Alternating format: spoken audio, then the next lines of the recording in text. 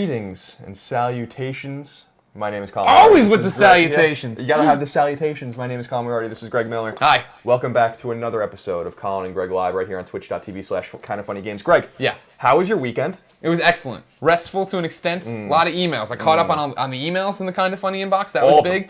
Yeah, Here's the thing. We love you so much. A lot of you sent congratulation letters, this, that, and the others. Thank you. That means the world to us. I couldn't give everybody a touch on those. Too many. I had like 186 emails to go through. When people had questions who were trying to find stuff, I was hopefully helpful there. Went to the Patreon wall, responded to people there, gave people their information there. Got to do all the administrative stuff that's boring that we couldn't do during the main part of the week, right? Last week we quit our job at IGN, launched this new product, launched Kind of Funny Games, launched on the Patreon. We're doing interviews, we're doing streams, we're doing shows like this. There was so much going on that it was hard to get to those little things. So here we had questions, we were trying to find stuff. I was and number one, hopefully helpful there. Asking went to the Patreon wall, responded to people there, gave people information there. Got to do all the administrative stuff that's boring that we couldn't do during the main part of the party. Last week we quit our job at IGN, launched this new product, launched Kind of Funny Games, launched on the Patreon. We're doing interviews, we're doing streams, we're doing shows like this. There was so much going on that it was hard to get to those things. So here we had questions, we were trying to find stuff. And number one, hopefully helpful there. Asking went to the Patreon wall, responded to people there. He has a wrote on the side of 14. Got to do all the administrative stuff that's boring. We couldn't do during the yeah, the biopsy. They think it's probably nothing. Product launch, Kind of Funny Games, launched on the Patreon. We're doing interviews, we're doing streams, we're doing shows like this. There was so much going on. They dropped everything. Hard 40 camp 40. Oh yeah, top men, women. Number one, the pet hospital and went to the Patreon wall. Think people there. He has a wrote on the side of 14. Got to do all the administrative stuff that's boring. We couldn't do during the yeah, the biopsy. They think it's probably nothing. Product launch, Kind of Funny Games, launched on the Patreon. I know how to do that. Stream on the shows like this. There was so much going on. They dropped everything. Hard 40 camp 40. Oh yeah, top men, women. Number one, the pet hospital and went to the Patreon wall. Think people there. He has a wrote on the side of 14. Got to do all the administrative stuff that's boring. We couldn't do during the yeah, the biopsy. They think it's probably nothing. I know how to do that. Stream on the shows like this. There was so much going on. They dropped everything. Don't touch it, 40. Oh yeah, top men, women. Number one, the pet hospital. We had that open too. That would be the problem. So But why would that... Woo! Woo! Only week 2. Only a second Monday doing this. We're okay. Everything's all right. So Porty is okay, is what we were saying. He's maybe, kind of. They took a biopsy on the thing on his face. We hope it'll work out. Nick, you can take back over the stick there. Sorry about that. Oh, I know. I fixed it. I knew what was wrong once it happened. Then we got it fixed. It's all there. I wonder when we're going to stop having technical problems. I'm going to give it 2 years. There's 4 of us trying to do this one show. We're all jumping around doing different things. You'll never see a show without technical problems. That's why you love us. We're a bunch of idiots, and we're trying. We're trying real hard. Trying real hard to make a good product here. Greg, every day there's another little intricacy I screw up. Before we get into the news, lay it on me. Let's reflect real quick on this past week. What do you think about... I agree, by the way. Someone said, a Grand Key says that was the freakiest crap ever. I agree. I asked... Specifically, I don't know if you guys heard it in the mumble jumbo of the space-time continuum, what was just happening, but it sounded like hell in a handbasket. The problem is that we use these nice headphones over there to monitor audio, and those are always loud enough that when we talk, we then hear it a second later over there. So I just thought that was happening. Luckily, Tim was here to come and say audio is crazy, and then you were saying I thought it was just too loud. No, I was saying there was something clearly wrong with the audio. Yeah. Or I was having a stroke. One of those two things were going on. Let's reflect quickly on this past week. This past week has been awesome. You guys have been nothing but supportive and patient. You guys have been awesome on youtube.com/kindoffunny and youtube.com/kindoffunnygames. Subscribing there. We have something like almost 110,000 subscribers on Kind of Funny and 40,000 plus on Kind of Funny Games. Awesome. So we really appreciate that. Much. We hope you're enjoying the Let's Plays, all that kind of stuff. Also, you guys have been awesome on Patreon. For those of you who subscribe to us there, we very much appreciate it. Of course, if you can't subscribe, you don't want to subscribe, don't think we're worth it, that's okay too. Being here with us is good enough for us. Grand Keys just subscribed. Welcome. Welcome. So I really do very much, and we all very much appreciate your guys' support. It's made last week one of the great weeks, I think, of my life, and we really enjoyed. We know we made the right decision. There's really no doubt about it. And we're glad we're here with all of you. I wrote yesterday on Facebook, Greg, and I got a really great response, just kind of thanking everyone and kind of reflecting with them about the decision we made and how we sacrificed reach for intimacy, basically. And that I think that is clearly and obviously demonstrably where the internet is going. And I'm really super proud and happy about that. And so thank you all out there for that. And we are going to we're going to jump into the news shortly. Hold on. Apparently there's a audio crackling issue. That's what he just came in to tell us. Tim came back to tell us that. The clicks are gone well, Phil. We're gonna figure it out. We don't know what the hell we're doing at the end of the day. Right. Thank God we quit our jobs. Thank God. Yeah. All right. So without further ado, Greg. Yeah. Let's jump into the news. Now, where do you want to begin? Because there is a lot of news today. A lot of news. It's a good Monday. Last week was quiet, except for us quitting. That was the biggest news everybody had to deal with. So let me ask you this. Do you want to start with video games? Do you want to start with movies, television? You want to start with science and technology? You want to start with wrestling? Oh, well, come on. You got to start with wrestling. You kidding me? Okay, let's do it. Is it the news that Paul Heyman just tweeted about me? Paul Heyman, ladies and gentlemen. Paul Still don't know who that is. Mr. ECW. You don't know who Paul Heyman is. You'd love Paul Heyman. ECW.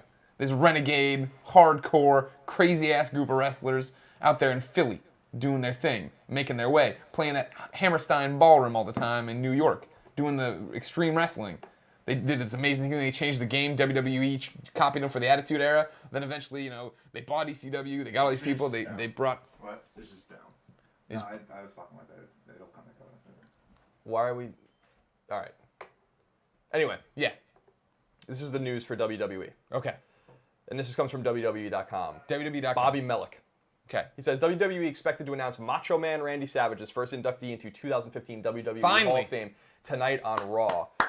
It's not official yet, but it is expected that Macho Man Randy Savage will be announced tonight on Raw as the first inductee into the WWE Hall of Fame's class of 2015. WWE.com has learned. Yeah. This is weird. WWE is not like it's kind of like the NFL.com where it's like not an official outlet. No, it's an official outlet. It's very weird. 120% very weird. But you learned from the company that pays you that they're going to do this. It's clearly going to happen, but they report it as if it's not. They don't know it's going to happen. WWE.com is official. It is a real thing. It's going to happen. Well, I asked that just because NFL.com, like Ian Rappaport and all those guys over there, kind of are independent. Yeah. Of the NFL. WWE.com is not. I mean, like, granted, maybe they don't know for sure. They know for sure this. They're not getting the green light to go promote Macho Man might be announced. No, that's real. That's a real thing that's happening. Ooh, yeah. Too sweet to be sour. I know, I love that. Bone saws ready. I mean, one of the great, I haven't been a wrestling fan since I was a young kid. I mean, I haven't been wrestling in a long time. But one of the great memories of Northeastern for me my freshman year or sophomore year was, I think it was one of those years, was Ramon and I, Ramon and my friend Kevin, who I'm seeing tonight for dinner. Yeah.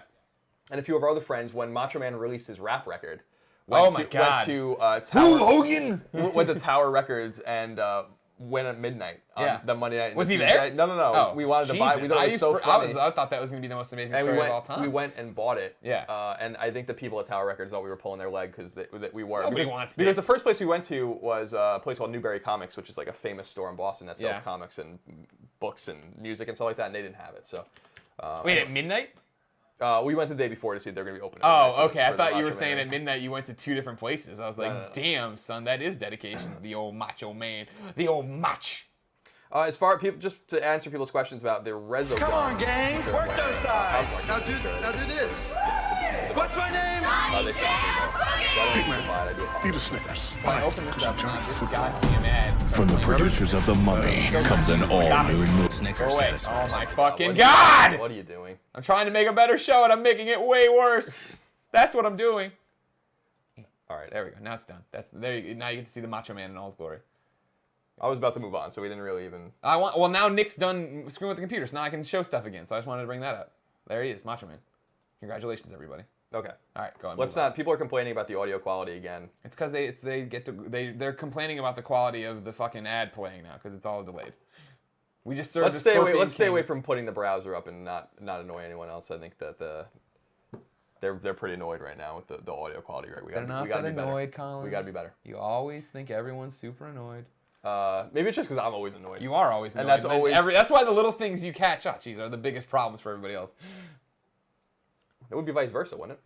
You'd think so, but I think you're a good man. Here's the thing about Colin Moriarty, everybody. He gives off this gruff exterior, of course. We all think he's this mean guy and he's so blah blah. He's a fantastic human being. He loves you. He loves people. He likes to give you the best quality product he can. So when little things happen, he sees one comment and he hones in and is like, oh man, the audio's bad on it. It's like, they're fine. Everybody's calmed down. Too much hair product today, says Neely Kins. Gotta fix that then. Thank you for the pro tip. Let's see. All right. Somebody says download ad block. Guys in the Twitch stream, literally our entire livelihood now is based on ads being served on digital content. I'm not putting ad block on my computer. Yeah, ad block's a weird kind of thing. I mean, I respect if you want to do that. Of course. Kevin actually installed it on my computer because it just makes the browser run smoother and stuff like that and stops block. But I feel like I've shut it off on a bunch of websites because I'm like, I've been there before, to sites that, like IGN that rely on ad revenue, and it's kind of like, you want to be you want to be on the up and up with people. Yeah, well, I mean, I'm not afraid to. Patreon's great that we get to support ourselves like that. It's great that there's all these different YouTube things, and you can do product integrations, you can do whatever the hell you want. But I want to make sure that when I'm going to see someone, they're getting the most out of my visit, right? I want to support the creators. I always do, whether it be through Patreon or not. And speaking of creators, look at that, supporting creators. Paul Heyman tweeting at me, Colin. Tweeting at me, ladies and gentlemen. It's so weird. Not even tweeting at me as much tweeting about me. Paul Heyman knows what's up in the video game industry, I guess. Someone said Colin is drinking his diarrhea again. How'd you know? The problem with this one, so the real issue with this drink was that I made my girlfriend made a new batch yesterday, and I went to the store, the produce store to get Gremlins 2, the new batch. Yeah, exactly. I went to the store to get some new vegetables and didn't get a banana because she didn't tell me I needed one. So it doesn't have that same sweetness. It's a little rougher this time around. Is it all kale now? You can just taste the kale. It's not kale. It's spinach and. Oh, is this the green drink that she and Steimer make all the time? Yeah, gotcha. It's nice. All right, Greg, where do you want to go next? Do you want to go to TV, movies, games, science, Let's go to games. games? There's only one piece of games. We tortured a lot of people with their information here on the WWE front. The Macho Man, they didn't care probably because Macho Man's amazing, but you know how it is. Final Fantasy, this comes from IGN. Final Fantasy Type 0 HD gets 2 limited editions. Only in Europe and Australia, but I'm sure this will probably come to North America at some point. But if anyone wants to go to IGN and check these pictures out or whatever, basically just for £55, Greg, £55. Yeah. And we have a lot of European listeners, by the way, a lot of sure, British that listeners, makes sense this syncs to them. up that with, money makes sense to them. This also syncs up with their evening time. It seems like a lot of people in Europe are watching this a lot easier actually than a lot of people who are at work or at school. Gotcha. So we appreciate all of our European listeners. Anyway, if you're interested in the Type 0 HD, Type O HD special edition, comes with a steelbook. And some other goodies, whatever, and it's on Xbox One and PS4, so you can go to your local retailer and check that out if you so desire. Just a quick piece of games news, and I basically just brought that up because not much is happening in the world of games right now, Greg, but there is a lot happening in the world of television and movies. Is that a Colin way? It could be. It's like a segue, but you did it. I was thinking about you because basically, IGN. Always thinking. I think about you often, and IGN basically has a bunch of stories up about the Flash and Arrow. Oh yeah. And I thought that this would be kind of salient information for our listeners out there. I know that we have a lot of people out there that really love Arrow and the Flash. And Roth Gornett at IGN had this to say about potential spin-offs. With the success of the Flash and Arrow on the CW, and an ever-increasing number of comic book series on television, which we've talked about before, fans are wondering when, not if, we'll see the Arrow Flash universe expand. Soon enough, it seems. At today's Television Critics Association press tour, CW president Mark Pedowitz revealed that they were in very early talks to do an additional spin-off series. Right. The question is which character might get his or her own show. Basically, it goes on that it says that it looks like Adam is in the lead to get his own show. I don't know who Adam is, so you have to explain that to me. You remember when we talked about Ant-Man? Yeah. How can I forget? The Atom. That's him. It's the same character? Same power. Shrink really small, get really big, do what he has to do. Oh, that makes sense. Dr. Ray Palmer. If he's called the Atom, I guess that makes sense. Yeah. So how do you feel about that? Here's the thing: is now I worry. Are we getting to what you're always talking about? Are we getting to critical mass in these shows? They also talked about Vixen getting her own show and being inside that's just, you don't even need to know that person. That one you're allowed not to know. That being in the same Flash Arrow universe. I love Brandon Routh. Brandon Routh is killing it right now on Arrow as the Atom, as Dr. Ray Palmer. They've been hinting at it. They showed his suit. He brought Felicity on in the mid-season finale. Sorry, I'm spoiler about that one. To show her the project and explain what he's doing, right? He's like a movie star, that Adam Routh, or Brandon Routh, sorry. And so It makes sense to me that you'd eventually spin him off into his own show, especially when he eventually puts on the suit, dons the suit, becomes the Atom. The fact that you're going to want to hear his own stories, see his own stories, right? Him shrinking down is going to be probably more interesting than Ollie firing an arrow, doing all these different things, right? So you want to get him out of there, just like Flash. Because they also screw up each other's universes pretty quick, right? You got one guy shooting arrows who's just a normal human being with amazing reflexes. And then another guy who can run incredibly fast and do whatever, and then one guy who's this small. What I was most impressed with the Arrow, or not the Arrow, I guess it's just Arrow. Yeah, Arrow. Is how he manages to trick people of his identity when it's obvious who he is. Yeah. This is the biggest thing I remember. He just puts his hood on a little lower and puts a little makeup on, and then just started wearing the domino mask. He started wearing the domino mask. It kind of dips his head down a little bit. It's like, don't look at me. It's not who you think it is. I'm like, is everyone I'm hideous. Speaking of Arrow and the Flash. IGN also confirms, I guess, at the same Television Critics Association that they will cross over with each other at least once a year. Good. And for more CW news, it seems that Arrow, The Flash, Supernatural, The 100, The Vampire Diaries, The Originals, Reign, and Jane the Virgin have all been renewed. CW's kind of found its own little niche with kind of more nerd culture, with more these kind of smaller shows that appeal to a demographic quite like ours, I guess. Sheppy clarifies that Vixen is going to be an animated show set within the Arrow and Flash universe. Thank you for the clarification. I needed that this morning after seeing it.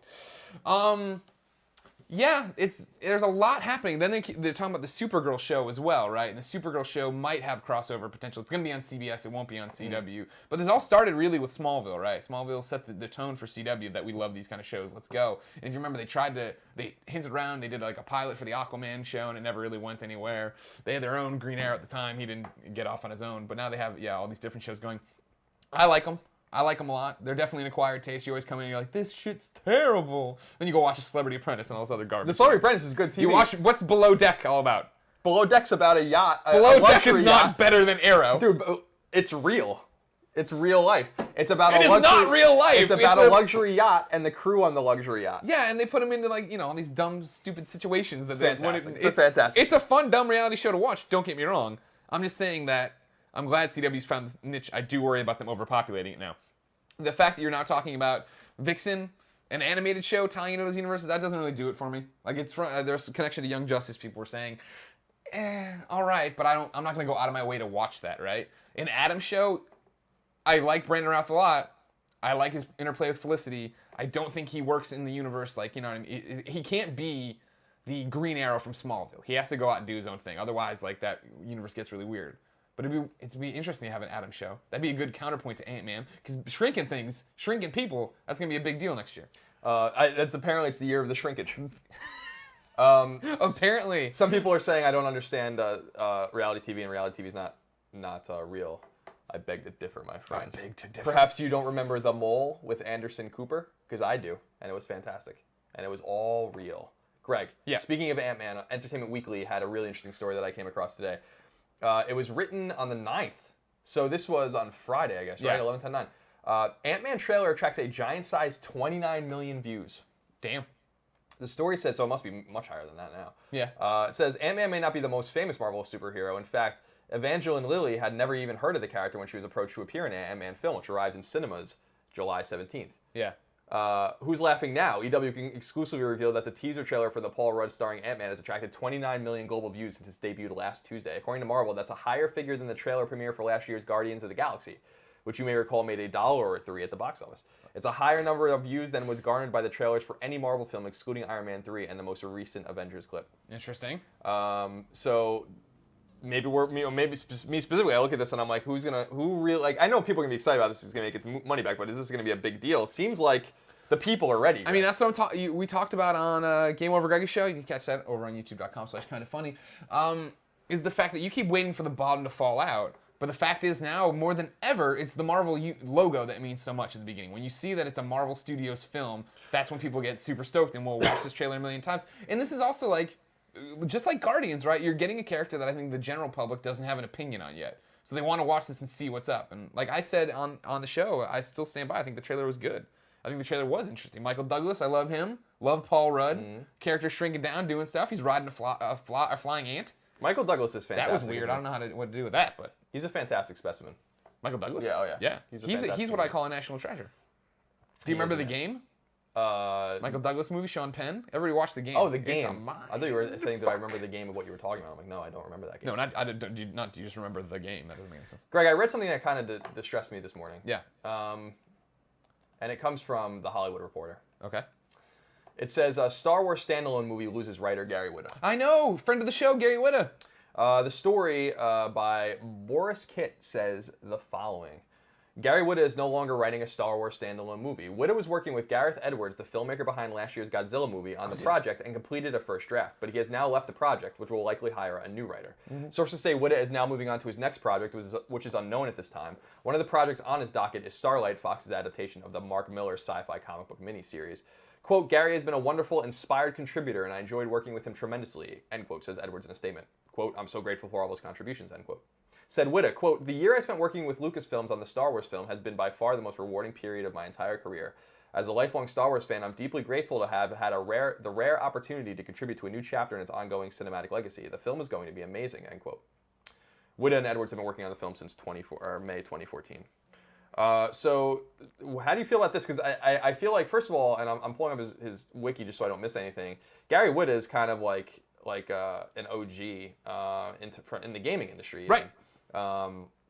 As a consultant, as a screenwriter, magazine writer.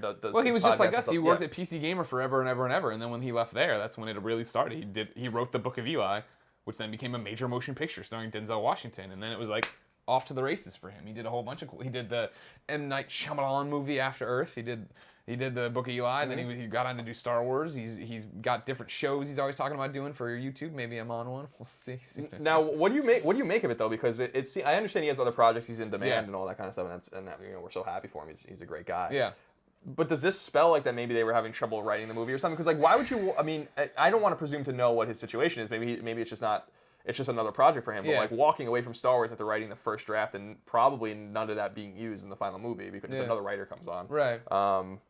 That's kind of a thing, right? That's what one of the articles I saw speculated. It could be one of two things. One, he had a contract, he fulfilled those obligations, and now he's on to the next project. Two, something shady about this. You know what I mean? Not shady, but like maybe he didn't get along with this person, that person, getting notes from whoever, right? That's the big question as far as like why. Yeah, like you and I, if they came to you and like, hey, write the IG-88 movie, right? You'd be like, yeah. And you'd be on. And if they were being dicks to you, you'd imagine you'd try to suffer through it, right? Like you'd want to do it. But maybe, and I mean, Gary's been very public on Twitter about how this is such a dream job for him to get on and do all these different things for. And maybe, he just fulfilled his requirement and then is on. Or maybe, it was just like, I want to get back. I mean, like, look at us, right? I mean, how many people probably on Monday last week were like, I would put up with anything to work at IGN, right? And we were just like, well, it's time for us to go on. Now, granted, we were there 8 years, not a first draft of a script about maybe a bounty hunter, maybe whoever. I don't know. It's a weird situation. I wish him well. Obviously, he won't need it. Gary Whitta, incredibly talented, a million projects going right now. But it is weird, right? Like it just seems like that's not the job you leave behind before it even came out, right? Yeah, it's interesting. I mean, I assume that in the course of writing a film, like a script or a treatment, that people come and go and these things happen. It just seems like, I would be interested to know more about that process, specifically about how it went down with Star Wars, because even though it's not like, it is canon Star Wars, but it's not the mainline Star Wars, so, I'd be interested to see like what his story is and hear about that in the future and see what survived. Mike Al Ghul says, Colin, what Star Wars spin-off do you want to see?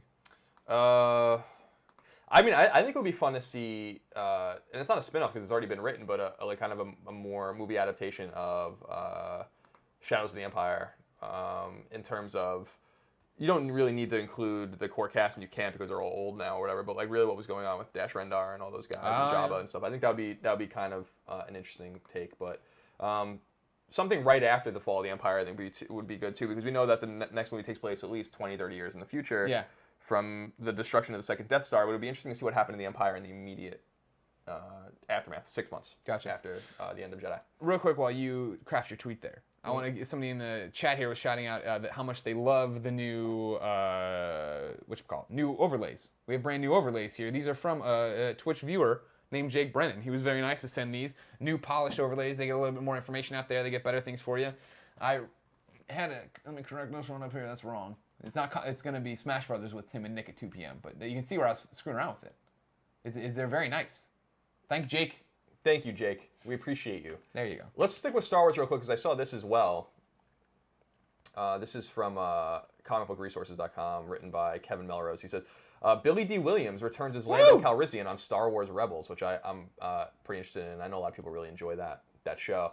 Although Billy D. Williams wasn't among the franchise veterans announced for Star Wars The Force Awakens, which is Episode 7, he will reprise his role as Lando Calrissian on the next episode of Star Wars Rebels. Big Shiny Robot appears to have broken the news about Idiot's Array, which is available now on the Disney XD app, but won't air on television until January 19th.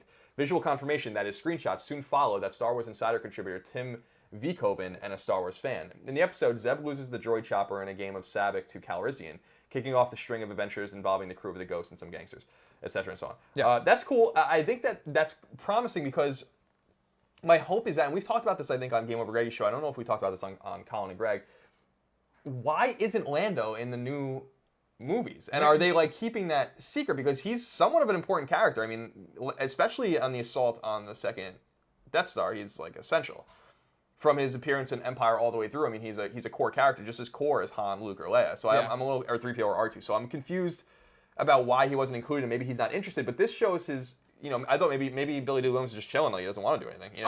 Who wouldn't want to come back? But that's what I'm saying. Like now that he's doing Star Wars Rebels, maybe that's a clue or a sign that either he's interested and they're going to bring it in, or that it's just a secret, or that they didn't ask him. I would think. There has to be a line, right? At what point can you bring all these people back? You know what I mean, and not have it feel hokey. So that if they sat down, they crafted a story. They're like, Han, Luke, and Leia, this is the thing, this is how much they're in it, these new characters are there. Like, there has to be that bandwidth problem, right, of how many people you can put on screen and have their stories be interesting. And so it sucks that he didn't make the cut for this. Hopefully later on down the line he will, you know what I mean? At least as another cameo or whatever. But it's cool. This is like, basically a goodwill gesture that he's still in good with the Star Wars people. It's not like everybody hates him or anything, right? This is just what it has to go. Yeah, I was surprised by it, but it is what it is, I guess. Greg, Deadline had an interesting story about Stephen Colbert, specifically his takeover of The Late Show, which of course is CBS's late night program that David Letterman's been doing for decades, 21 years in fact. And Deadline says this, Deadline writer Nelly Andriva. Stephen Colbert did debut on The Late Show in September. Ooh. Updated. Well, there's an update, so let's read the story first. Blah, blah, blah, blah, blah, blah, blah, blah, blah, blah, blah. Okay. Basically, I have 9 months to make the show just like a baby, says Colbert. So first I should find out how do you make a baby. He basically said last month. Over the summer, CBS will air encores of primetime series at 11:30 p.m. Asked later about the plan, which will pit drama and comedy reruns against originals of Jimmy Fallon and Jimmy Kimmel on NBC and ABC, possibly hurting the new 12:30 p.m. CBS show host James Corden. Quote, look, we have an opportunity with our hits to introduce them to a new audience over the summer. We have 3 original scripted series in primetime on during the summer, which gets people in the mood to watch scripted content at 11:30 p.m. at night. So I think what they're saying basically is that during the transitional time, they'll have some of this new content. Right. And then in September, Stephen Colbert is going to debut. There will be no seamless transition, according to an update on Deadline. The Late Show with Stephen Colbert will premiere on September 8th. And David Letterman will wrap up his 21-year run on May 20th. So in between May 20th and September 8th, there'll be reruns. But I guess Colbert's going to get his footing or whatever. They're not going to like go 1 week to the next. And that's interesting. I think it's a little weird actually, but they'll have that fall push to be able to say like, well, Stephen Colbert's a big deal. The big debut, the big thing. Yeah, it's an interesting way to do it. I'm giving up a show called Up at Noon, and I'm not sure how they're transitioning new host Max Scoville. But it's that's how it's hard to do that kind of stuff, right? And you do want to. You figure on top of it too, you want to give like the legacy a chance to not go down, but you know what I mean, for people to come to terms with the fact that it's over for David Letterman and not have Stephen Colbert pop right up, right? Absolutely. Because in a way, then it's jarring. And I'm not going to make it out too cryptically, but it sounds cryptic. Like it is kind of like not dancing on a grave, right? But like there's a whole bunch of people who are like, this was a show for me. This was a big deal. This ended every day, and now I need to transition out of that and see what happens. Same thing with like Colbert Report, right? They ended on a really high, fun note, and then it kind of just away forever. Now you can go too long, right? Like it seemed like, and granted this was contractually obligated, but when Conan left the Tonight Show and was just off the air forever, right? That sucked. And it was like by the time he came back, I remember it was a big deal to watch him on TBS, which was a weird choice for the show, I thought. But it wasn't like there was still this giant topical thing. Oh, I know how the money goes around. Don't get me wrong. Yeah. Yeah, he's kind of like in purgatory now, Conan. Yeah. Does anyone talk about Twitch chat? Let me know if you watch Conan anymore. I love Conan. Love Conan O'Brien so much. But he's another guy who I catch on the internet when he does these games things, right? Like I get those links and I see those links, and that's how I do it. So that's how I like to go through it. I don't think about like watching Conan on a daily basis. But then again, I don't think about watching anybody on a daily basis. Even Colbert, I'm a big fan of. I would catch the word I should say when I get the video shared with me, and I heard it was really good. This next story comes from Mac Rumors. I thought this was just an interesting story about how the smartphone is murdering like a bunch of different devices, including the camera. And the story over there by Mitchell Broussard says is titled "Apple passes Nikon to become second most popular camera brand on Flickr." Yeah. And the story reads like this. Flickr over the weekend released data detailing the most popular camera rankings of 2014 for the online photo sharing service.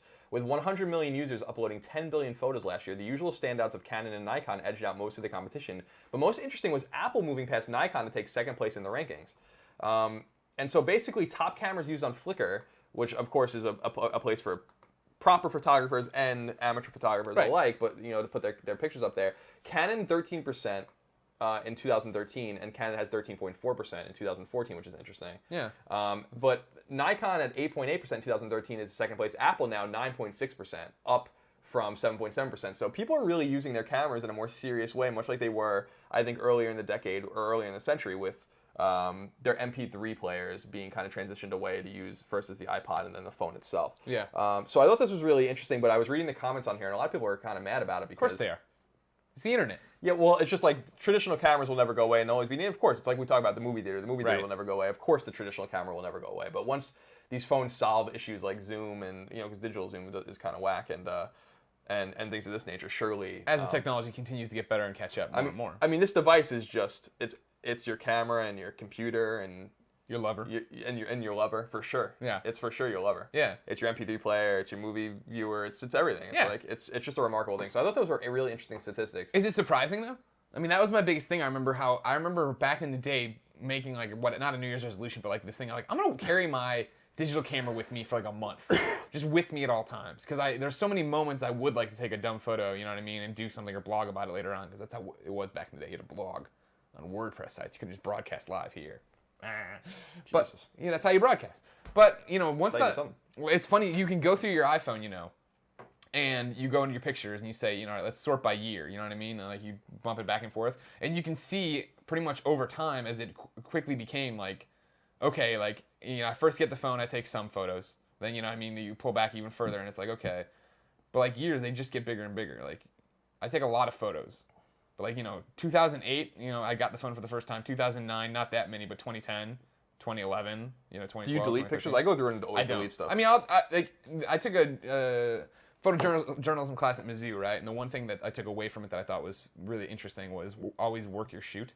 Which was like, if you're there, like, don't be afraid, don't take one photo and be done with it. And granted, this was when you had to develop film or whatever, but like, sit there and like, you get an assignment, go out and work one shot from a million different angles and whatever. So I do that a lot with my phone. When I want to take a photo of something, I'll move around, play with contrast, play with stuff like that. And then if I'm thinking of it, I'll go through and delete the 4 that I don't use, but more times than not, no, I don't. And then I look through eventually and I have a million things. And it's something to do when you're stuck at the airport. What I was most interested in was this statistic. Don't take photos. In 2014 on Flickr, according to the data here on MacRumors.com, top mobile cameras owned on Flickr are Apple iPhone 5, 10.6%, iPhone 4S, 7%, iPhone 4 is third, 4.3%, and then it gets into 5C or whatever. Apple iPad, 0.8% of pictures taken by phone users. So I always see the guy with the iPad, and then the iPad Mini is 0.6%. So it's just interesting. We live in, again, these ivory towers where it's like you have to have the newest phone. People are busting my balls for having a 5S or whatever. Like 5, 4S, 4, and 5C are the top 4 used phones on Flickr for pictures. Well, it makes sense. They're the most readily available, right? The iPad drives me nuts. You've all seen. I'm sure you've seen that famous photo of Spike Lee taking a president of the picture with the iPad. It's like, come on. You know how desperate I have to be to take a photo? I'd rather draw something than take a photo with the iPad. Look like that guy doing this. We go by Golden Gate Bridge or something. You see these tourists doing this. Yeah, it's like, and the quality's so bad. At least I have an iPad too. It's like awful. It's like it's a Garrett type. Yeah, exactly. So where was this? Yeah, this is okay. I want to give a quick shout out to Games Done Quick, which you can find at gamesdonequick.com. They basically do speedrunning, organized speedrunning, which is awesome. I love speedruns. Not great at it for most games. I could probably compete marginally in some games. but I'm not. You have to be a student of a game, like a real student of a game, to be able to speedrun it. And they do these organized speedruns for cancer prevention, and they raise money as a 501c nonprofit. Yeah. I just want to give them a quick shout because they did a huge Awesome Games Done Quick 2015, basically a huge event, and they raised over $1.5 million for cancer research. So good job, guys! Great movement you have. GamesDoneQuick.com. They were all over Twitch last week doing it. Yeah, it's a great movement, great people. So congratulations to them, and hopefully that money's obviously going to go to good use. So we want to give you guys congratulations. A lot of people in the chat are calling out my 100 pence shirt. That they like this 100 pence shirt. What's awesome about this 100 pence shirt is if you buy it off the 100 pence store, which I'm sure is getting linked right now by one of our amazing mods, all the proceeds go to Jared Petty and his wife Angie after coming back from that car accident and getting their life in order. Yeah, it's fantastic. And it's a nice shirt. Yeah, it's a fantastic shirt. Very nice 100 pence, of course. World Series winning outfielder, 2-time World Series winner of the San Francisco Giants, and friend of the show. Of this show. 20-ounce B House says, "Come on, non-technical people don't have that hang up about the iPad." Well, they should. They look like a bunch of jackasses out there holding up a freaking window pane. It's kind of like how people look like jackasses with their massive phones that look like tablets. You're not pointing at mine. Mine's the normal size one. Still getting a little bulbous.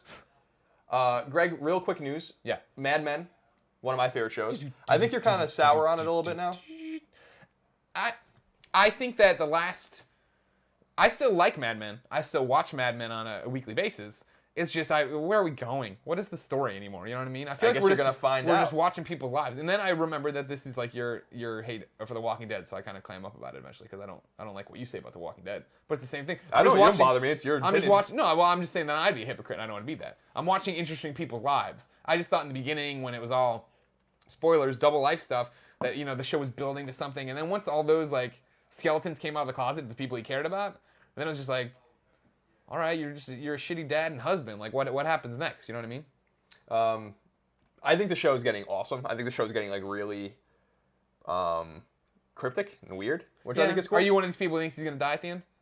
I think something bad's gonna happen. Yeah. Yeah. We'll see. His perfect life's gonna end. Matthew Weiner being involved in it means that he of course was a prolific writer on The Sopranos, and obviously this is his show, and The Sopranos, even though it was more of a David Chase thing, the finale ended in a very cryptic way as well. And so I think that, and I love the way The Sopranos ended. I actually really love that episode. So hopefully we'll see something similar. But the news about Mad Men is simply that the final season will return, so season 7.5 will return April 5th for 7 more episodes, and that's it. Very sad. I'm really heartbroken that the show's ending, but it has to end eventually. That universe was beautifully realized. I think the characters are awesome. The acting's amazing. It's one of the great shows of all time, I think. Right. What a great pickup for AMC. It really put them on the map and got them other shows that we've since enjoyed. I think some legitimacy, and it's just sad to see it go. I feel like it's right to pull the plug on it, but it's always sad to see the plug pulled. I just wonder, has Matthew Weiner in interviews, and I'm sure someone in the chat will link me immediately, said that this is the story they've always wanted to tell? Like, this is the arc they've always wanted? That's what are we just going somewhere, or are we just going? I assume that it's... Just going. I assume that, I'm sure that it's answered in a very cagey way when people ask that question. Yeah. I'm sure they do have a vision, much like Lost probably had a vision. But when the show gets popular and you get extended periods of time to tell your story, it goes in all sorts of weird tangential ways. And so I'm sure that's what happened there. I don't know if you noticed, but 72nd Golden Globe Awards were yesterday. Oh, man, people were tweeting up a storm about him. Tina Fey, Amy Poehler? Just a few notable victories at the Golden Globes. I thought I'd go through these.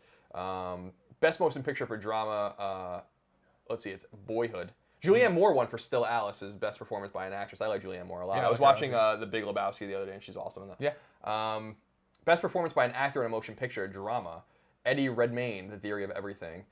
There's a lot. They really give away some granular awards, huh? Sure. Let's go to get them out more. You get more out there.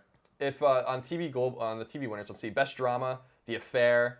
Best actor in a drama, Kevin Spacey, House of Cards. Oh, yeah, and it's coming back soon, too. Yep. Ho, doctor. Best actress in a drama, Ruth Wilson in The Affair. Best comedy or musical series, Transparent. Best comedy or musical series actor, Jeffrey Tambor in Transparent.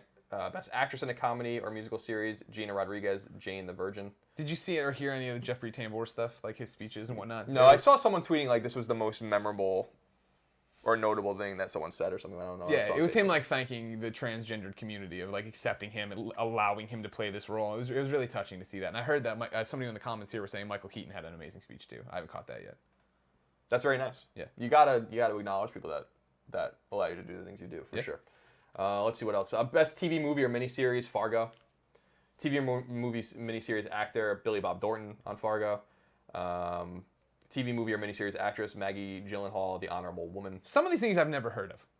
Yeah, I've not heard The of Honorable these. Woman? Was that an HBO thing and the Showtime thing? I guess. Series, TV, I'm asking them more TV than you. movie or miniseries supporting actor, Matt Bomer from The Normal Heart. And of course, series, TV, or movie miniseries supporting actress, Joanne Froggatt from Downton Abbey. Downton Abbey. You love that Downton Abbey. Just fantastic. I actually don't want to watch any of the episodes right now. I'm just saving them. And then I'm going to watch them all at once. Okay. This new season's out right now. Oh, okay. How many episodes are there? It should be like 7, probably. Yeah. The first episode was 2 hours long, too. It was very tantalizing. But You didn't watch it yet, though? No, I haven't watched it. It was very tantalizing. I wanted to Is jump it hard in. to avoid spoilers? Is this one of those shows you got to avoid spoilers for? Yeah, you definitely have to avoid major spoilers in it. But most people aren't mean out there, and hopefully they won't spoil it for me. Someone spoiled the shit out of The Killing for me, and I was really mad. Like just to be mean. That sucks. And I was like, why would you do that? Yeah, it really kind of was a bummer. I don't know why people want to do that to other people.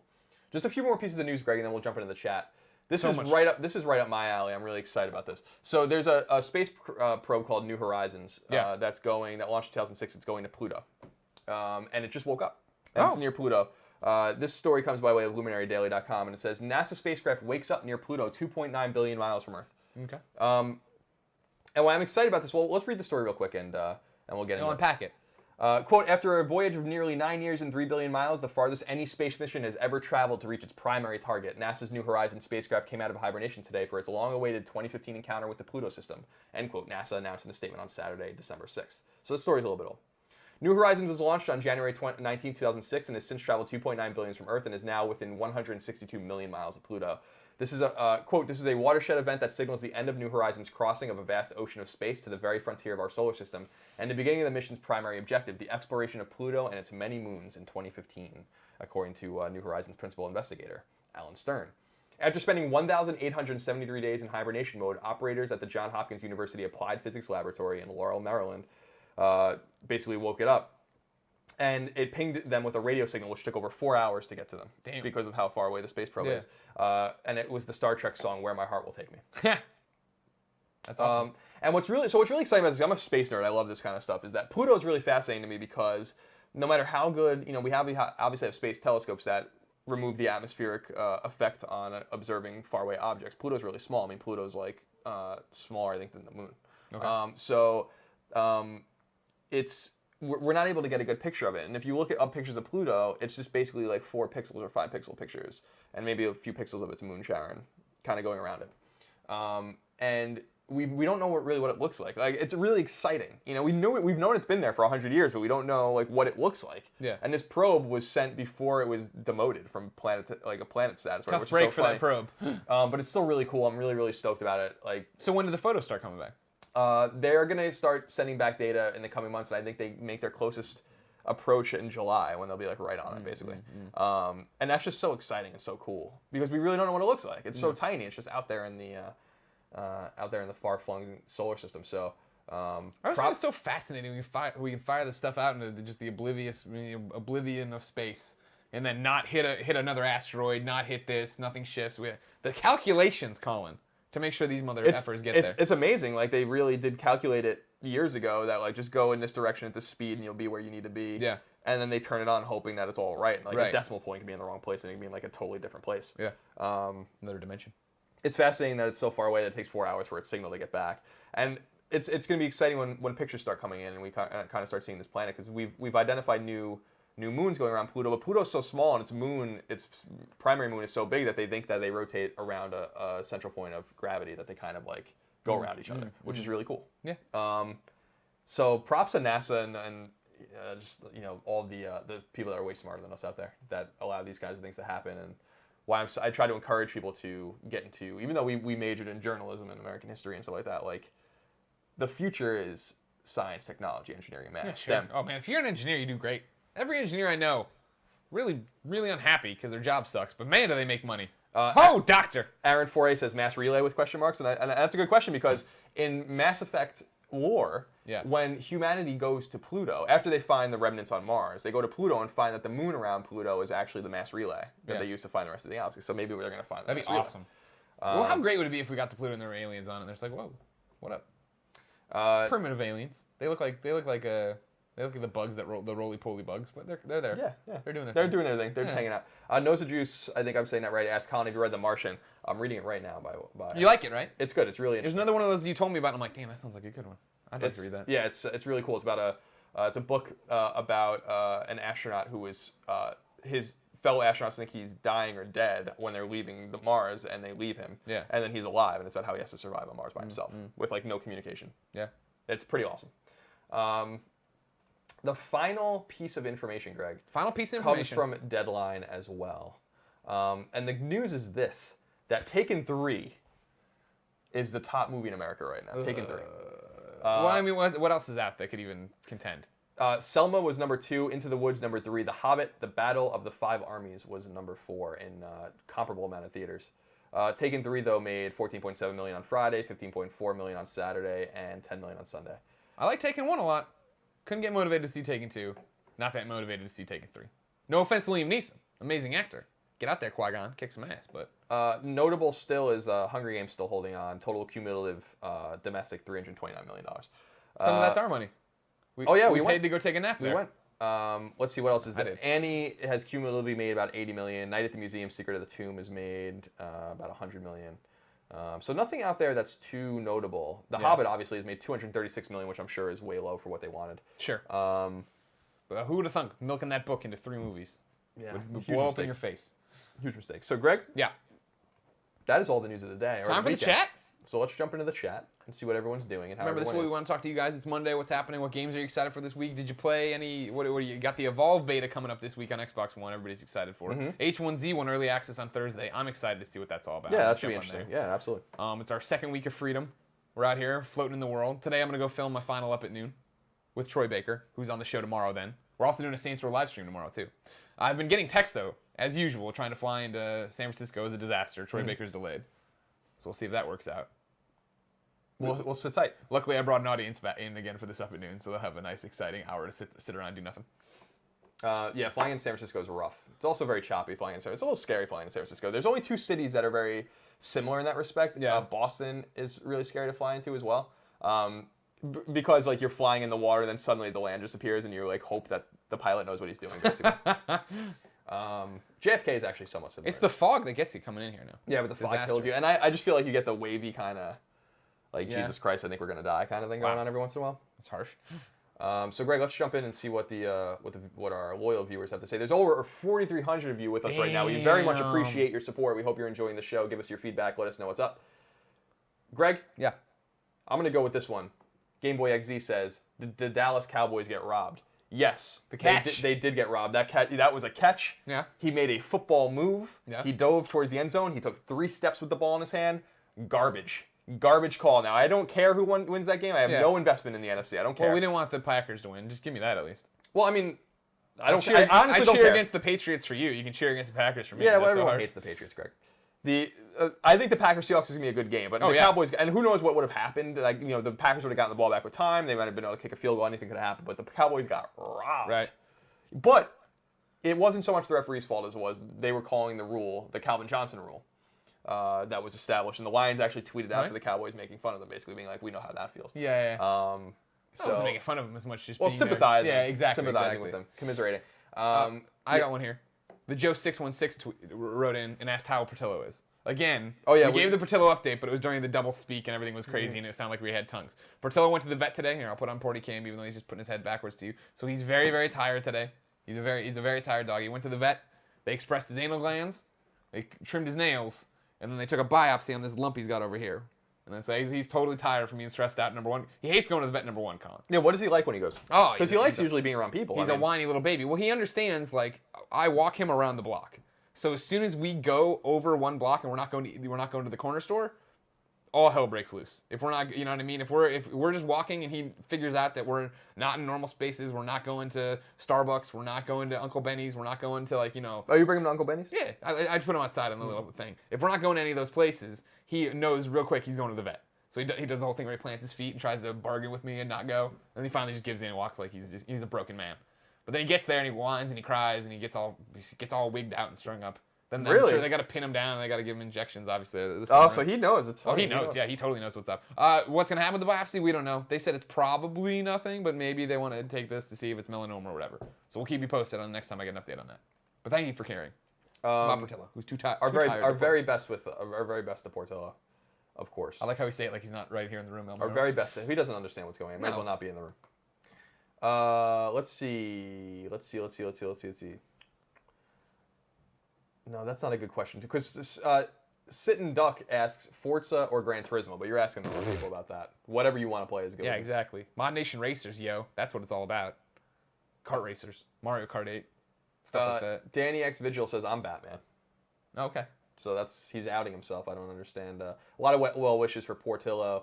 We appreciate that. So Robert Allen asks, upcoming streams. That's a good question. Tomorrow we're going to be streaming in the afternoon Saints Row. Streaming today, too. Yeah, we are Nick streaming and Tim are playing today at 2 o'clock. Nick and Tim will be around at 2. I think This they're going is to wrong. play. Yeah. And I can't fix it while we're live. I'll be recording Podcast Beyond, so that will not. Me too. High five. But yeah, we'll be streaming today, probably Smash Brothers or something like that. Tomorrow we're going to stream. Well, obviously Troy will hopefully be on as long as he gets into the city. And 11 a.m. And then we'll have in the afternoon a nice Saints Row little live stream going on. 4 p.m. Which will be a lot of fun as well. And we'll have future live streams. We're talking to a lot of different devs and publishers. A lot of publishers and developers have reached out to us. We are very appreciative of that. They still want to work with us, which is awesome. Yeah, thank you very much. So we have a lot of good stuff coming up for you guys. A lot of even some exclusive looks at games, which will be fun. So we're looking forward to that as well. Let's see. Portillo plushie, someone asks. Rob888. We want to do that. We've reached out to some people about how to do that. We don't know yet how to do that. We're looking for a good plushie partner. So if you know a plushie partner, hit us up at business@kindafunny.com. It's an email address. I told you guys already that the way you're going to get the plushie is when Portillo dies, we're just going to stuff him. We'll give him away to one of you. It's so close now. You know what? We're having a health scare, and you want to come in and make these kind of jokes? Let's see. Anyone hyped for Project Cars? Asks Beaten Down Brian. Nope. I'm not. I mean, I've seen that. Some people definitely are. I mean, that game has been shown many times. I think it was delayed too, right? So it's coming out, in the coming months. But there's just so many car games right now. I feel like and I'm not saying like there's not room for a bunch of racing games, but it seems like there's a lot of A and AAA car games coming out around the same time. There's a lot to choose from, which I guess is great for the racing fans out there. Yeah. Let's see. Celtics fan 9 says, have either of you played the Swapper? It's been on my Vita for a long time, but I have not played it yet. It was another game where I booted it up and played it on like coming back from a plane flight, and it didn't hook me immediately, so I stopped. Marty says I have to go back, and I trust Marty implicitly, just like M-Dog. So I got to get back there and do it for sure. Blasted asks Colin, in Solar Quest, do you play with the optional laser battles? We don't play with the laser battles. It's complicated enough as it is with the fuel stations. I have no time for the laser battles. It's too much. It's hard enough for me to get Cheryl to play with Solar Quest with me at all. If I introduce the laser battle rules, I think she'll be like, nah, you know what, forget it. People talk about Monopoly fights. Solar Quest there has a lot of fights. Yeah, you guys argue about shit all the time in that game. Solar Quest is complicated, dude. Why are you trying to refuel here? You can't refuel here. That's what I always hear. I don't know what the hell's going on. Cheryl's trying to cheat. Shortview06 says, should we expect a beta for The Division this year? Presumably. But I don't know. I mean, I don't know if they want it. They should do a beta test for sure. But whether or not they will or not. And how far out that game is, too, is always the big concern, too. It's got to be this year, right? I'd hope so. You'd hope so for sure. But I wouldn't be surprised if they pulled that, here's the beta this year, and then next year the game comes out. There's an interesting question up here. Where is it? I missed it. Someone asked, damn it. Oh, here it is. Prager asks, what happened to Mitchell Morgan, a.k.a. M-Dog? Yeah. Have we heard from him? He tweeted a little bit about our shenanigans when we quit and stuff, but we haven't touched base with him, Mitchell Morgan, quite some time. Everybody hit up M-Dog. Find out what's happening. Someone asks where is it? It's OG Showtime 33 says, Colin, have you gotten a chance to play The Evil Within yet? I haven't. I think I'm going to stream it, though, soon. Maybe that's what I'll do when it's my turn to stream this week. I'll stream The Evil Within a little bit. I'm excited about it. I just don't have time to play games right now. Yeah. There's too much stuff going on about... Our business about talking about games is so busy, it's making it tough to play games. Yeah, which is ironic. I got to carve out some time. I played a little bit of the Evolve beta over the weekend. And then what else? Then I started Super Metroid, because, of course, the Kinda Funny video game club is happening. We're going to play Super Metroid this month. Then we'll have a talk about it. We'll have these videos about it at the end where we will invite people in to do it. I have to put up the Patreon tier still for people to get in and talk to about it with us. But that's the deal. Super Metroid. Play it this month. Not a week. When are you going to play it this week if you got time? Cosmo6871 asks, can we expect a Bloodborne co-op Let's Play? I assume you can expect Bloodborne content from us. What the nature of that content will be, we'll have to see when we actually start to play it. Let's see. When can we get pizza, says Don Fubar. All the time. I think now is a good time to do that. Don Fubar, of course, is Jose from Electric Playground. Is it? Yeah. Well, then you have my implicit permission to get pizza whenever you'd like, my friend. Yeah, well, I think he wants to get it with us. No, you get it and you let us know. Just come over with pizza, Jose. It's easy.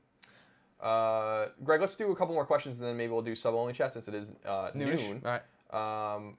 Let's see. Colin, do you plan on seeing American Sniper? And this is good for you with Bradley Cooper. It's really good. That movie does look good, but I'm seeing the same... I thought it wasn't good. It looks... I don't know what people's opinions, but I think it looks interesting. Yeah, I agree with that. Interesting story.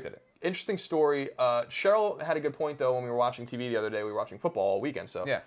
Just they show the same spot over and over again. Like it's a little much. I understand. I don't want to say it's melodramatic because it's obviously a very dramatic scene. It's not melodramatic at all. But yeah, when you see it over and over and over and over again, you can quote it. That kind of takes away the impact of it. I'd heard mixed things about that. I love Bradley Cooper.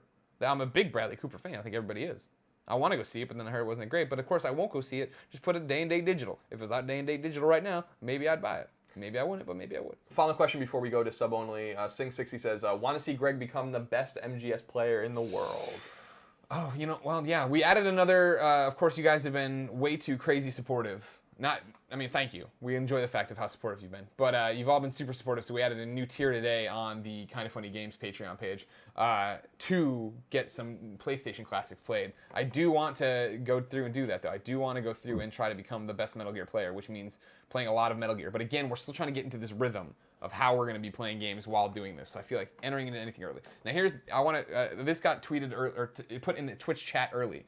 I had talked about the fact that CBS's Supergirl might cross over. Oh, I saw this, but it was just too long, so I didn't read it. Well, it's no big deal. That's what they said initially, and now CBS, according to the same thing you were talking about with these stand-ups or whatever, is saying that might not happen. The CBS, president, Colin? Yeah, he says, I think we might keep Supergirl to ourselves for a while. So that sucks. I mean, you gotta protect your property and whatnot, Yeah, but it's DC. Like, everything's DC. Like, this is the one leg up they have on Marvel, is the fact that they can take all their, like, Marvel has the cinematic universe, DC has the TV universe. It already sucks that Gotham's not in that TV universe, but I understand through timelines and this, that, and the other. For this section, come on. You're launching a cool Supergirl show. At least let them reference it and stuff, you know what I mean? At least you're not like that girl over in Metropolis or whatever. Like, okay, that's fine. Do something like that. It doesn't need to be that they run over there. That girl over in Metropolis that's way more powerful than everyone else and could probably just solve all of our problems if we wanted. Well, man, if only we had her phone number. Even though I guess she can hear us right now. So if we just whisper her name, she can come save everything. So we'll wrap it up now. We'll go to sub-only chat. Explain what that means. Sub-only chat is for our subscribers here on Twitch. We very much appreciate you guys subscribing to us. Of course, you can stay tuned. The stream doesn't end. We're just going to continue to talk to folks for a little while, and then we're going to wrap it up. So let's do that now, and then we'll do the whole wrap-up at the end. Well, I'm just saying, if anybody drops out, I want them to know we'll be back streaming at 2, and we're here every day at 11. Yeah, we'll be back streaming, and we'll do this again. But we'll be Sub-only chat has been enabled. We'll be back streaming this afternoon, every afternoon, pretty much for the most part, unless we have something to do. We'll let you guys know ahead of time. Yeah. And Colin and Greg Live is on twitch.tv/kindafunnygames, right where you are right now. If you ever see somebody asking about past broadcasts, remind them that they can watch past broadcasts at twitch.tv/kindafunnygames.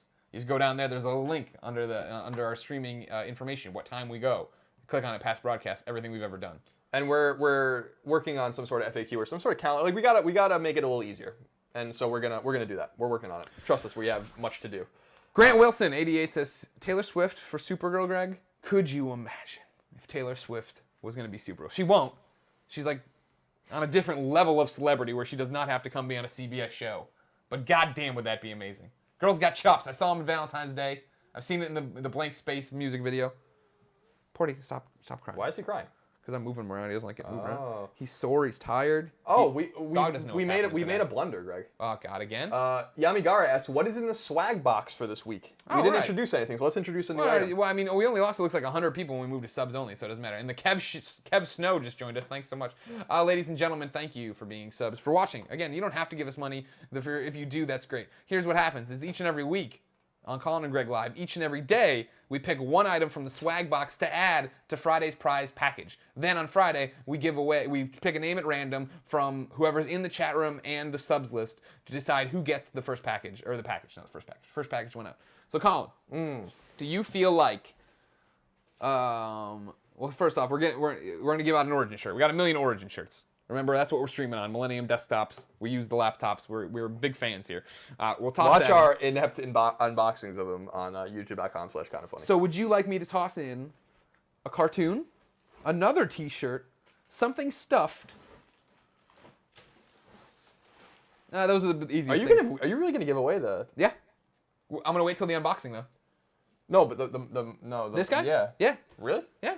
I want my.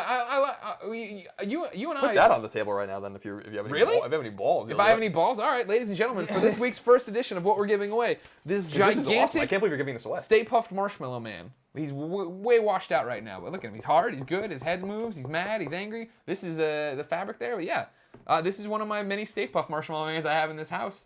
I love them all, but I want to start passing them on. You're selfless, huh? Yeah. Well, it's one of those things. I think I could find a better home even, right? All right, so that's the box right now is it just popped in there. Is the T-shirt? Oh, see that was Stay Puft Marshmallow Man and the T-shirt. So that's big, right? That's a big one right there. Yeah, this is a big one. Now we officially are into a like, box that I can't put in. I can't put them into a normal size box. That's all right. Well, keep everything else small. That's a pretty big thing, though, man. All right, cool. That's pretty big. Very nice of you. Let's go back to the comments. Yeah. Let's see.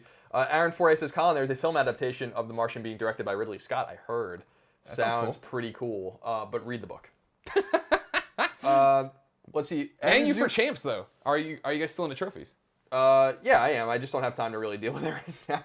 But yeah, I like getting trophies. I have 48 platinums, I think now. I wanted to get to 50 before the end of last year. It just didn't happen. Yeah. I think I only had like 3 or 4 last year total.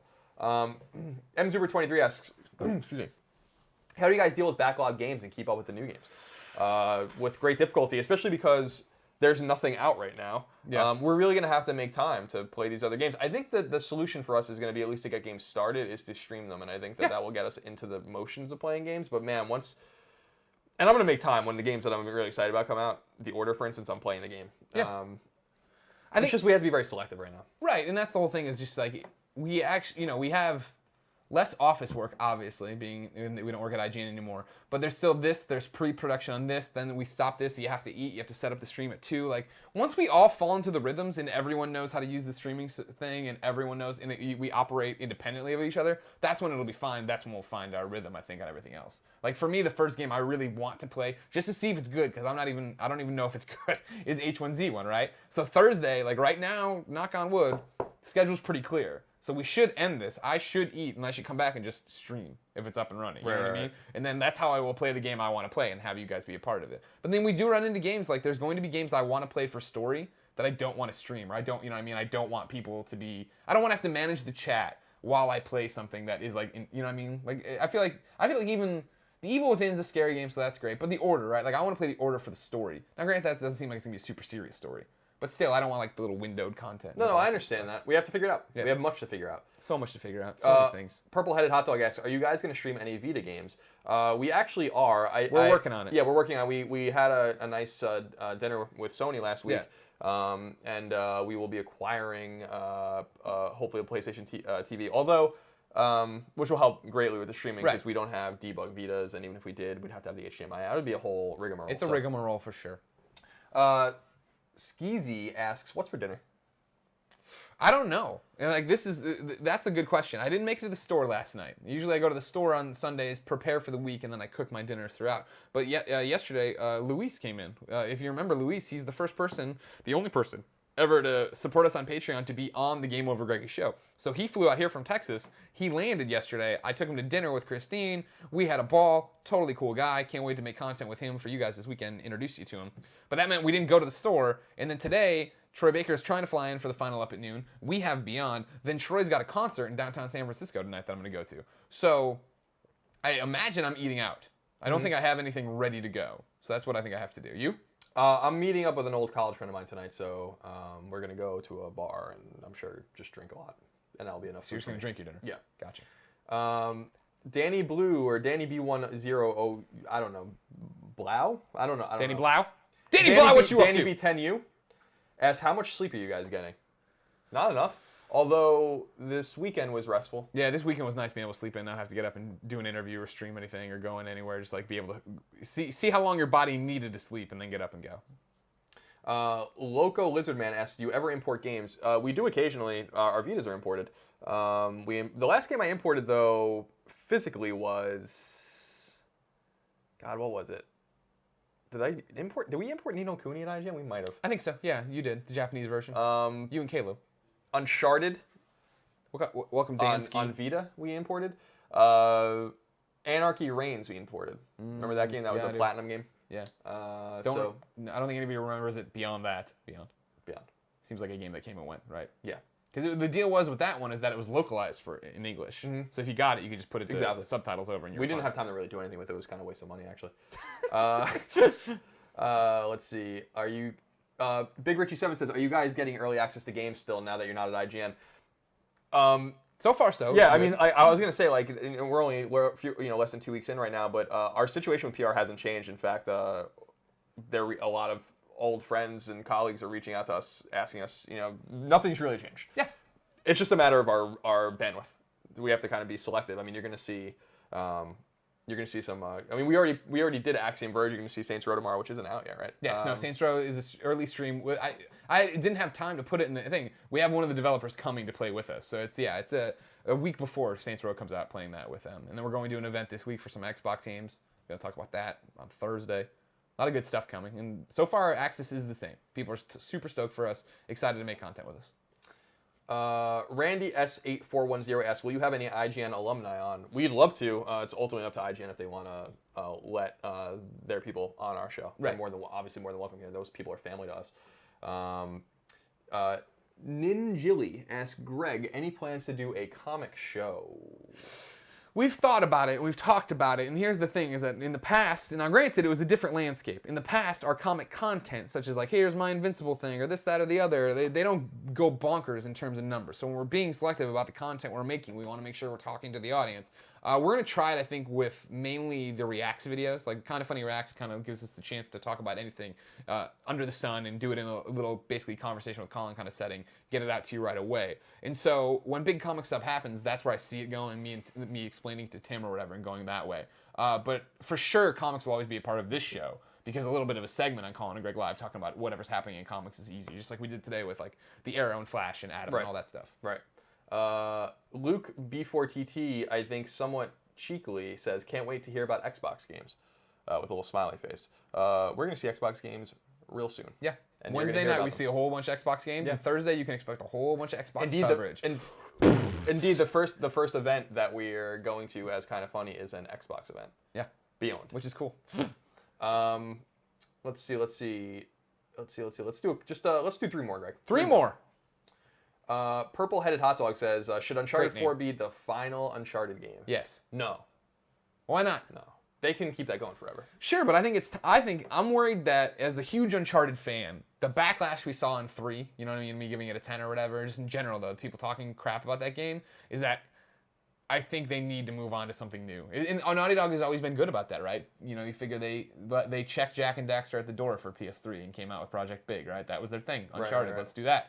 And now, even though Uncharted is this big deal, I think Last of Us proved, right, that we have an audience, there's a PlayStation audience, that's smart enough to understand, like, okay, these are the guys, this is Naughty Dog. These are the guys who made, Uncharted, and that game can come out and Last of Us can come and sell based on that. It doesn't have to have a 2, a 3, a 4 after it, you know what I mean?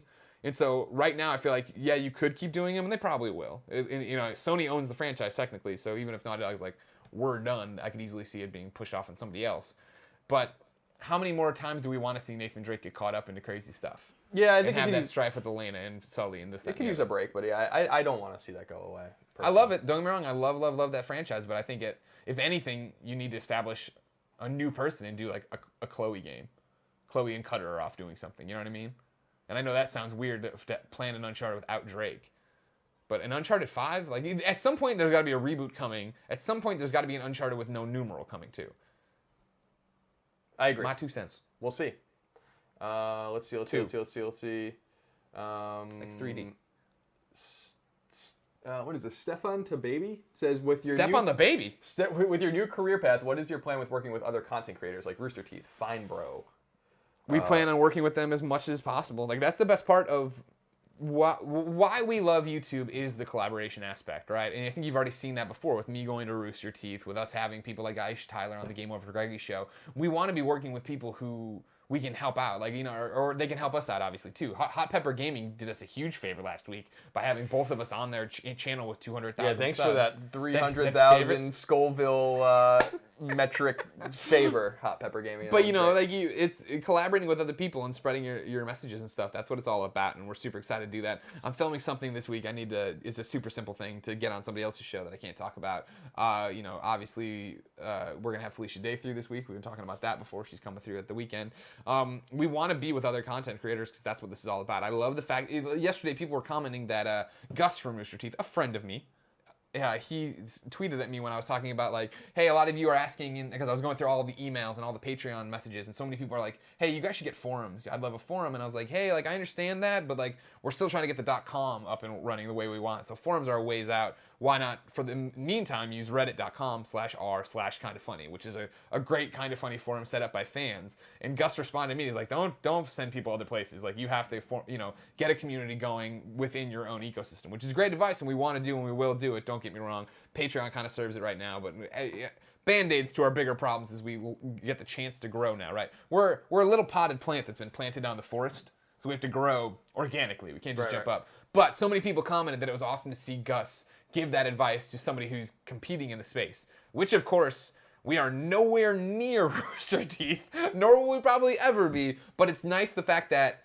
for YouTubers, for people on the internet and people outside of certain, I guess relationships, feel like the internet's collaboration, and somebody doing well does good things for everybody. So it's not like all of a sudden we're dead to Rooster Teeth. They hopefully like us as much as they ever did, right, Barbara? Final question, Greg, comes from John Wolfgang, and this might really be Wolfgang Puck. This might be really one of the most important questions we've been asked. Actually, I'm being serious. Okay. Well, should I have pizza or wings? You get both. Yeah, exactly. Bring your pizza size down one. If you're getting a large, get a medium, and then you can get the wings. I'm just trying to justify it in his head if he thinks it's a choice. No. If he thinks it's a choice. It's a Hobson's choice. You get both. Yeah, and then you have 2 meals, if not 3 or 4. So, Greg, that's it for that. I want to do a quick shout out. And it's to a guy named John. He reached out to us at our business account on Kinda Funny, which you could find at kindafunny.com if you want to reach out to us.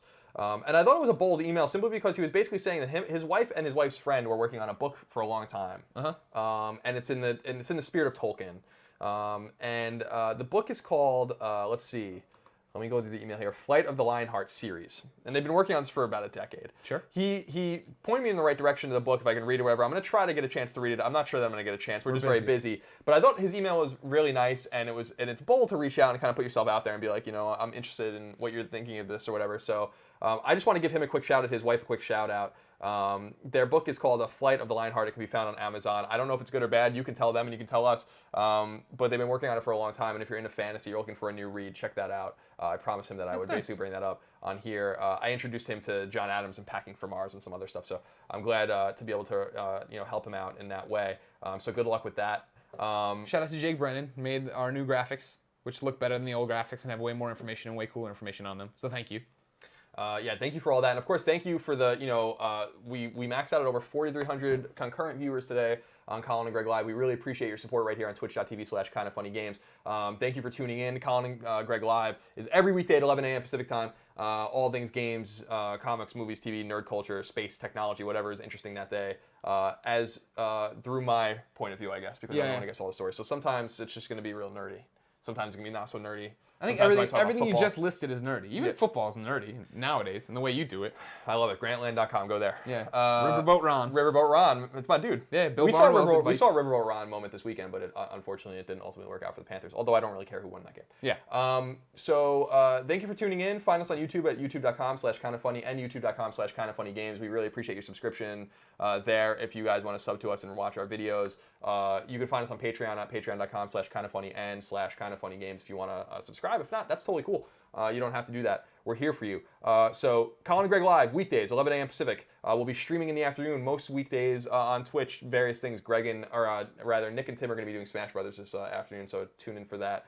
Tomorrow, Troy Baker, right here, Colin and Greg Live, 11 a.m. Pacific time. If we get some fucking good luck on this flight. Yeah, hopefully his flight works out, and we'll have some pretty awesome Saints Row stuff tomorrow afternoon as well. Yep. Right here on twitch.tv/kindoffunnygames. So, Greg, yeah, give me some Geraldo. Let's get the hell out of here. We'll see you tomorrow. Bye. You have to understand that I'm Geraldo. I'm not anyone to trifle with.